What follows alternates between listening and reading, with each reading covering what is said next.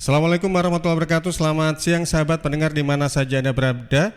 Sekarang kita masuk dalam program Jatim News Today, update COVID-19 di berbagai daerah kabupaten, dan tentunya Anda juga bisa menyimak siaran program Jatim News Today ini di LPPL, Lembaga Penyiaran Publik Lokal yang tergabung dalam ALPPL, Asosiasi Lembaga Penyiaran Publik Lokal Jawa Timur. Saya Panji Harto yang bertugas di studio, ada Arwen Baskoro di redaksi yang akan mengatur trafik dari informasi-informasi reporter-reporter yang nanti akan disampaikan. Rangkuman kabar update penanganan COVID-19 untuk regional Jawa Timur segera sahabat simak dalam Update COVID-19. Informasi pertama kita menuju ke LPPL Suara Sidoarjo, ada Diding Yunarto yang bawa kabar ada penambahan warga Jawa Timur yang dikarantina. Silakan Diding. Sahabat, dari data gugus tugas penanganan COVID-19 Jawa Timur, ada penambahan signifikan jumlah total desa kelurahan yang telah memiliki ruang observasi ini hari ini jumlah yang dikarantina 2.161. Tambahannya cukup signifikan. Ini artinya bahwa ruang observasi itu sudah mulai menerima masyarakat yang memang pulang dari daerah-daerah epicentrum. Ada 367 yang sudah dipakai dan total setara dengan 86,3%. Mari kita lihat, Probolinggo rupanya cukup banyak yang terkonfirmasi oleh masyarakat sehingga mereka melakukan karantina sudah 1.165. Ini Kabupaten Probolinggo, dan terbesar kedua adalah Kabupaten Magetan, kemudian Bojonegoro 167, Jember 130, dan Jombang 113. Kofifa juga mengapresiasi daerah yang sudah mempunyai tempat observasi. Tempat observasi ini penting sebagai transit atau karantina warga yang baru datang atau mudik dari wilayah epicentrum COVID-19. Saya Diding Yunarto, Suara Sidoarjo untuk Jatim News Today. Dari Diding Yunarto kita bergeser untuk mendengarkan informasi yang disampaikan oleh Billy Patopoy. Panitia Kerja Panja DPRD Kabupaten Sidoarjo lakukan sidak bantuan sosial. Silakan Billy. Sahabat pendengar Jawa Timur, pendistribusian bantuan sosial kepada warga terdampak pandemi COVID-19 sudah mulai dilaksanakan pemerintah Kabupaten Sidoarjo pada Senin sore 20 April kemarin. Dalam hal ini, peran Panitia Kerja atau Panja DPRD Kabupaten Sidoarjo sebagai pengawas kinerja gugus tugas penanganan COVID-19 mulai melakukan beberapa langkah pengawasan. Salah satunya melakukan sidak di gudang Seven Lock Lingkar Timur pada Rabu siang 23 April 2020. Khairul Hidayat, Ketua Panitia Kerja mengatakan sidak kali ini dilakukan karena sebelumnya ada laporan jika bantuan sosial yang diberikan tidak sesuai dengan harga yang mencapai Rp150.000. Setelah dilakukan pengecekan, kualitas barang yang dibagikan ternyata sudah sesuai. Akan tetapi, kontrak harga dalam pengadaan barang memang masih belum dilakukan. Sementara itu, Ahmad Misbahul Munir, Sekretaris Dinas Sosial mengatakan, belum ditetapkan kontrak karena mengikuti kondisi darurat. Dalam pengadaan bansos ini, Dinas Sosial juga telah melakukan penunjukan kepada pihak pengusaha yang dinilai mampu dengan mematok harga Rp150.000. Sementara itu, sahabat, untuk data penyebaran COVID-19 di Kabupaten Sidoarjo, saat ini ada 583 orang dengan status ODP, 144 PDP, 66 positif, 6 meninggal, dan 6 sembuh. Demikian saya Billy Patopoy, Suara Sidoarjo, melaporkan untuk Jatim News Today. Dari Kabupaten Sidoarjo kita bergerak menuju ke Kota Blitar. Ada 2 reporter di sana dari LPPL Mahardika Kota Blitar. Kita ke Kirana Nisa terlebih dahulu. Hindari kerumunan, Pemkot Blitar larang masyarakat berjualan takjil di pinggir jalan selama Ramadan. Silakan Kirana Nisa. Sobat, dalam rangka pencegahan penyebaran virus corona atau COVID-19, Pemkot Blitar melarang masyarakat berjualan takjil di pinggir jalan selama Ramadan. Hal itu disampaikan Hakim Sisworo, Sekretaris Gugus Tugas Percepatan Penanganan COVID-19 Kota Blitar. Hakim mengatakan Pemkot Blitar akan mengeluarkan surat larangan berjualan takjil dalam bentuk pasar dadakan maupun pasar takjil di pinggir jalan saat Ramadan. Hal itu dilakukan karena pasar takjil dinilai berpotensi menimbulkan kerumunan massa saat pandemi virus corona. Satpol PP akan membubarkan jika ada masyarakat yang membuat pasar takjil di pinggir jalan raya. Hakim menghimbau agar masyarakat berjualan takjil secara online dengan sistem antar jemput. Sementara bagi masyarakat yang ngabuburit juga diminta agar tetap memakai masker dan menerapkan physical distancing. Itu tidak ada pasar ataupun pasar takjil karena itu menimbulkan kerumunan massa. Jadi nanti ada larangan untuk tidak berjualan takjil. Sementara itu Arianto, Kepala Dinas Perdagangan dan Perindustrian Disperdagin Kota Blitar mengatakan setiap Ramadan biasanya digelar pasar takjil di Jalan Ahmad Yani dengan melibatkan sekitar 60 pedagang makanan dan minuman. Namun saat Ramadan nanti pihaknya menyerahkan kebijakan pedagang pasar takjil di Jalan Ahmad Yani ke Pemkot Blitar. Disperdagin hanya bertugas mengawasi dan membina pedagang yang berjualan di pasar takjil. Kirana Nisa, Mahardi. Masih dari sahabat-sahabat di LPPL Mahardika Kota Blitar, dari Kirana Nisa kita menuju ke Surya Muhammad. Surya Muhammad bawa kabar MUI Kota Blitar izinkan sholat tarawih berjamaah asal menerapkan protokol kesehatan pencegahan COVID-19. Silakan Surya Muhammad. Persiapan yang dilakukan umat muslim dalam menyambut bulan Ramadan tahun 2020 sangat berbeda dibandingkan tahun-tahun sebelumnya. Hal ini disampaikan Ketua MUI Kota Blitar, Dr. Andes Kiai Haji Subakir saat melaksanakan talk show di Radio Mahardika FM Rabu 22 April 2020. Kiai Haji Subakir menegaskan, selain jamaah melakukan protokol kesehatan, pihak pengurus masjid maupun mushola harus rutin menjaga kebersihan, yang salah satunya selalu menggulung karpet dan kepada jamaah diharuskan mengenakan masker dan membawa sajadah sendiri. Ya, alhamdulillah ini juga sudah dibuat ketentuannya itu, yaitu untuk menjaga keberlangsungan ibadah kemudian mengikuti protokol kesehatan yang ditetapkan oleh pemerintah. Ini adalah dimohon masjid dan mushola ketika melaksanakan ibadah itu menggulung karpet, ya, rutin mencerpot disinfektan, kemudian membawa sajadah sendiri ketentuannya, kemudian menjaga jarak itu, memakai masker, serta mencuci tangan menggunakan sabun dan air mengalir. Selain itu, Kiai Haji Subakir juga menyampaikan untuk tanggal 1 Ramadan, masyarakat diminta untuk tetap menunggu pengumuman resmi dari pemerintah. Surya Muhammad, Mahardika. Ya, sekarang kita bergerak menuju ke Kota Madiun. Ada sahabat-sahabat dari LPPL Suara Kota Madiun ketemu dengan Ben Chandra. Ben Chandra bawa kabar volume penumpang turun hingga 90% dan maksimalkan PSBB. Sejumlah 40 kereta api melintas Daob 7 Madiun dibatalkan. Silakan Ben Chandra. PT KAI Daob 7 Madiun telah melakukan pembatalan 40 perjalanan kereta api yang melintas maupun yang berangkat dari wilayah Daob 7 Madiun. Hingga hari ini, khusus untuk keberangkatan dari stasiun Madiun terdapat 6 pembatalan kereta api. Volume penumpang jasa kereta api diperkirakan turun hingga 90%. Ikvan Henry Wintoko, manajer Humas Daob 7 Madiun menuturkan bahwa pembatalan perjalanan kereta api adalah sebagai upaya PT KAI dalam mendukung pemerintah dalam upaya pencegahan penyebaran COVID-19.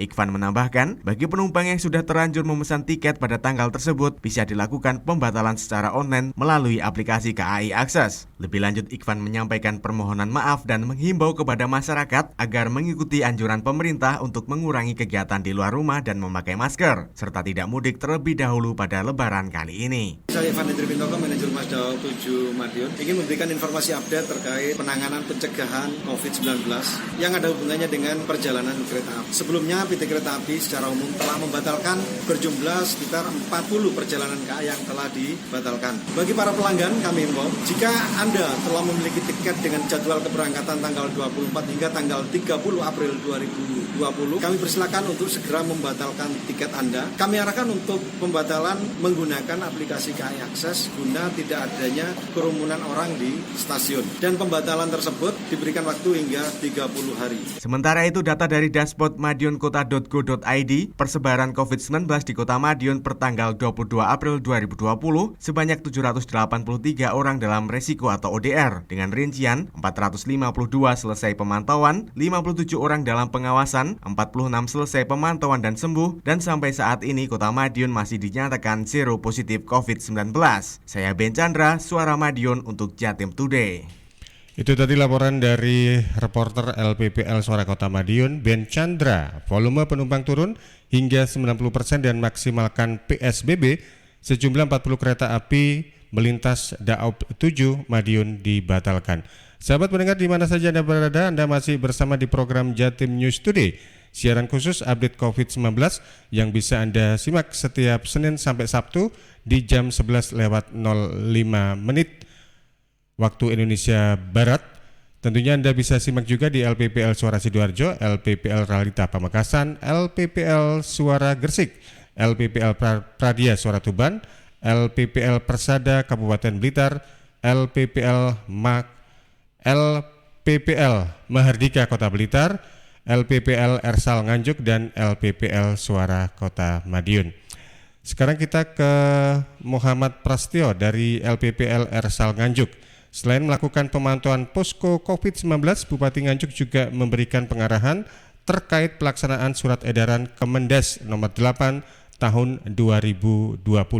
Silakan Prasetyo. Di tengah pandemi COVID-19, pemerintah Kabupaten Nganjuk semakin gencar melakukan pemantauan dan pengecekan di posko penanganan pencegahan COVID-19. Kali ini, Bupati Nganjuk dan Wakil Bupati Nganjuk beserta rombongan Forkopimda dan dinas terkait memantau posko COVID-19 yang berada di Kecamatan Brebek, Kecamatan Sawahan, dan Kecamatan Wilangan. Tidak hanya melakukan pemantauan, Bupati dan rombongan juga menyerahkan bantuan berupa cairan disinfektan, termogan, dan sembako di 9 desa di Kecamatan Sawahan dan 6 desa di Kecamatan Wilangan. Novi Rahman Hidayat, Bupati Nganjuk, berharap bantuan ini bisa digunakan untuk mencegah penyebaran virus COVID-19 dan meringankan beban masyarakat yang terdampak akibat pandemi global. Selain itu, Bupati juga menyampaikan pelaksanaan surat edaran Kemendes nomor 8 tahun 2020 tentang desa tanggap COVID-19, yakni pembagian nominal penggunaan dana desa. Jika nilai dana desa sebesar 800 juta, maka maksimal penggunaannya 25%. Sedangkan bagi desa yang menerima dana desa 800 juta hingga 1,2 miliar, maksimal penggunaannya 30%. Dan jika penerimaan dana desanya sebesar 1,2 miliar ke atas, maksimal penggunaannya 35%. Melengkapi informasi ini, kami sampaikan data dari Dinas Kesehatan Kabupaten Nganjuk per 23 April 2020. Terdapat 10 orang terkonfirmasi positif COVID-19, 51 orang berstatus ODP, 25 orang berstatus PDP, dan 394 orang berstatus OTG. Saya Muhammad Prastio, Ersal FM Nganjuk. Dari LPPL Ersal Nganjuk, sekarang kita menuju ke LPPL Prada Suara Tuban. Ada Hikmah Suroya. Peduli dampak COVID-19, Lapas Tuban bagikan 120 paket sembako. Silakan Hikmah. Tugas di Lapas kelas 2B Tuban melakukan aksi bakti sosial di tengah pandemi COVID-19. Aksi yang terhimpun dalam gerakan Peduli Jatim tersebut menyisir masyarakat yang berpenghasilan rendah. Kepala Lapas Tuban Siswarno mengatakan pembagian paket sembako berupa beras, mie, minyak goreng, dan masker sebanyak 120 paket ini sambil menyosialisasikan pesan agar tetap peduli akan kesehatan dan mencegah penyebaran COVID-19. Dirinya berujar bahwa Lapas Tuban berkeliling sesuai dengan rute yang telah ditentukan untuk membagikan ke penerima bantuan agar tepat sasaran dan tidak menimbulkan kerumunan. Aksi yang terhimpun dalam gerakan Peduli Jatim tersebut menyisir masyarakat yang berpenghasilan rendah. Lapas Tuban membagikan sembako berupa beras, mie, minyak goreng, dan masker sambil mensosialisasikan pesan agar tetap peduli akan kesehatan dan mencegah penyebaran COVID-19. Pembagian sembako dilakukan dengan mendatangi tempat mereka bekerja atau langsung diantar ke rumahnya. Lapas Tuban sendiri menyasar tempat pembuangan akhir Kabupaten Tuban untuk membagikan sejumlah sembako ke para pemulung. Dan ada beberapa sejumlah masyarakat kategori miskin yang tak luput dari target penerima bantuan. Kami menganggap bahwa mereka juga baik secara langsung maupun tidak langsung terdampak pandemi COVID-19. Pembagian paket sembako itu juga diberikan pada sejumlah pemulung di tempat pembuangan akhir TPA Kabupaten Tuban. Kalapas Tuban mengajak jajarannya untuk turut serta membagikan ke rumah-rumah masyarakat kategori miskin. Hikmah Suroya, Prada Suara Tuban untuk Jatim News Today. Masih dari LPPL Prada Suara Tuban, sekarang kita menuju ke Khalilul Aris yang akan bawa kabar putus mata rantai penyebaran COVID-19, Kodim Tuban bagikan ribuan masker. Silakan Aris. Komandan Kodim 0811 Tuban beserta jajaran membagikan ribuan masker kepada sejumlah masyarakat di wilayah setempat. Hal itu dilakukan guna memutus mata rantai penyebaran COVID-19. Ini seperti dikatakan Dandim 0811 Tuban Letkol Infantri Filiala Ramadan. Sebanyak 7.500 masker dibagikan ke masyarakat serta jajaran anggota di Kodim Tuban. Rinciannya, sebanyak 1.000 masker telah dibagikan di Kecamatan Tambak Boyo pada Rabu 22 April 2020 kemarin. Sebelumnya, Kodim juga telah membagi 1.000 masker di Kecamatan Bangilan dan pada hari ini Kamis 23 April akan kembali dibagikan 1.000 masker di Kecamatan Palang. Ditambahkan pembagian masker ini menyasar pada lokasi yang memiliki aktivitas sosialisasi tinggi seperti di pasar dan tempat pelelangan ikan. Ini terdiri dari beberapa waktu yang lalu kita sudah memberikan kurang lebih 1.500 masker di wilayah Bangilan. Hari ini kita memberikan 1.000 masker di wilayah Tambak Boyo. Kemudian besok kita memberikan lagi 1.000 masker di wilayah Palang. Kemudian untuk anggota sendiri dengan rekan-rekan media, wartawan ini kita bagikan hari ini 1.000 masker. Kemudian selanjutnya di Soko nanti kita rencanakan sasar ada 2.000 masker. Kenapa tempat-tempat ini kita pilih? Utamanya adalah dalam rangka untuk mengantisipasi pemutusan jaring COVID-19 ini. Kita sasar adalah tempat-tempat yang memang masyarakatnya cukup tinggi bersosialisasinya. Yang sudah kita bagi ini adalah TPI-TPI sewilayah Tuban, Pak. Selanjutnya dengan pasar-pasar yang cukup besar. Khalil Aris Pradia Suara Tuban untuk Jatim News Today. Baik, kita akan bergeser untuk menuju ke Kabupaten Blitar. Ada dua reporter di sana, yaitu Risma Erina dan Oza Ahmad dari LPPL Persada Kabupaten Blitar. Kita ke Risma Erina terlebih dahulu. Risma Erina bawa kabar pemberlakuan larangan mudik. Bupati Blitar himbau warganya di luar daerah patuhi instruksi Presiden RI. Silakan Risma. Menyikapi perkembangan penyebaran coronavirus disease, Presiden Republik Indonesia mengeluarkan peraturan terbaru tentang pelarangan mudik tahun 2020 di tengah pandemi corona. Upaya itu dilakukan untuk memutus rantai peredaran virus corona serta melindungi keluarga dari bahaya COVID-19. Menanggapi hal itu, Bupati Blitar, Dr. Hanis Hajirianto MM, mendukung penuh atas kebijakan dari pemerintah pusat mengenai pelarangan mudik, karena seseorang yang pernah melakukan perjalanan luar kota atau daerah diindikasi beresiko terinfeksi virus corona. Di sisi lain, Bupati telah membuat surat edaran yang ditujukan bagi camat dan desa agar membantu memberikan informasi kepada semua masyarakatnya di rantau, supaya tahun ini tidak mudik atau pulang kampung demi keselamatan bersama. Bupati juga meminta seluruh lintas sektor bersinergi bersama memerangi maupun menanggulangi wabah corona agar tidak semakin meluas. Bupati Blitar berharap kegiatan posko pemantauan atau checkpoint COVID-19 bagi semua pengguna jalan di perbatasan kedepannya bisa diterapkan di tingkat kecamatan dan desa di wilayahnya. Saya Risma Erina, LPPL Radio Persada FM Kabupaten Blitar. Terakhir kita ada peluang untuk berjumpa dengan reporter Oza Ahmad dari LPPL Persada Kabupaten Blitar. Oza bawa kabar dinilai bukan termasuk warga terdampak, guru di Kabupaten Blitar tidak mendapat anggaran paket internet dari dana BOS. Silakan Oza.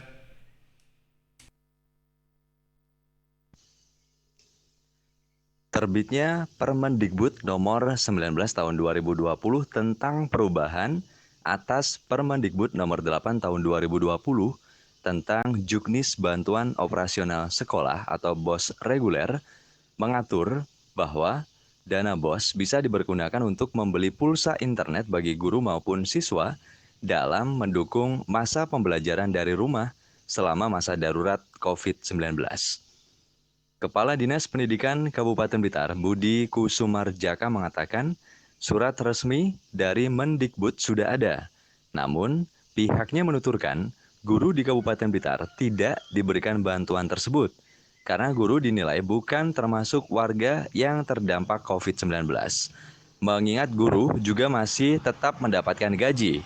Menurutnya, justru siswa yang orang tuanya terdampak COVID-19 akan mendapatkan bantuan tersebut. Misalnya, orang tuanya tidak bisa bekerja akibat wabah COVID-19. Budi Kusumarjaka optimis kegiatan pembelajaran melalui online tetap berjalan lancar. Namun harapannya, wabah virus corona segera berakhir agar secepatnya bisa beraktivitas seperti biasa. Oza Ahmad, LPPL, Radio Persada FM, Blitar. Demikian tadi sahabat, 10 reporter sudah hadir untuk memberikan informasinya di program Jatim News Today, siaran khusus update COVID-19 untuk edisi hari ini, hari Kamis tanggal 23 April 2020. Program Jatim News Today, siaran khusus update COVID-19 bisa Anda ikuti setiap Senin sampai dengan Sabtu jam 11:05 waktu Indonesia bagian Barat. Akhirnya yang bertugas di studio mewakili kerabat kerja yang lain, saya Panji Harto dan Arwen Baskoro mengucapkan terima kasih. Selamat menjalankan ibadah puasa sambil kita menunggu informasi resmi dari pemerintah, serta selalu gunakan masker ketika Anda berada di luar ruangan. Selamat siang, sampai jumpa. Wassalamualaikum warahmatullahi wabarakatuh. Perkembangan penanganan COVID-19 untuk wilayah regional Jawa Timur sudah sahabat simak dalam update COVID-19. Update COVID-19 bisa sahabat simak Senin sampai Sabtu jam 11 siang. Persembahan dari Asosiasi Lembaga Penyiaran Publik Lokal Jawa Timur.